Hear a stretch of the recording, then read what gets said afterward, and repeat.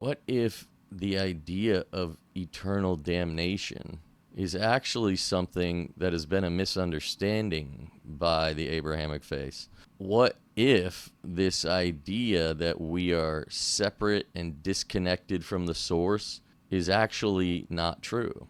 What if the true metaphysical nature of reality is that we are all connected to the divine, and in every life decision that we make, all of our interactions with people in this world, based on those interactions, what if how we exist and how we make them feel, do we love them or do we neglect to love them? Do we hate them and ignore them, or do we support them?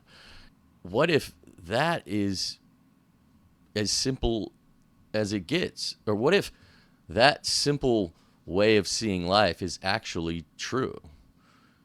If there is some sort of afterlife where our decisions here on earth, we suffer the consequences, or we reap what we sow, we recognize what we did was wrong, and we suffer in that remorse and whatever. I'm okay with that being the case. That makes sense. I mean, if this life serves a purpose, then it would make sense that in the afterlife you have a life review, which, funny enough, that's what near-death experiences, people that end up in the hospital, whether from a car accident or a heart attack or something, they get resuscitated and they come back talking about this experience on the other side with the divine. And that's actually what the majority of them talk about, a life review. In fact, that's where I got that term. But it's a form of judgment, let's call it. But then again, they don't talk about it like they were being judged.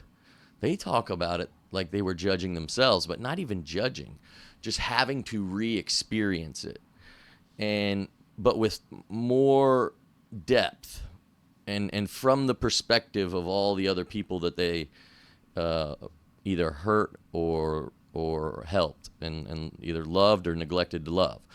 They feel all that, and then they feel it much more intensely. So there's some element of a multiplier effect, which makes sense. But where it doesn't make sense is the idea that people would have this blink of an eye existence.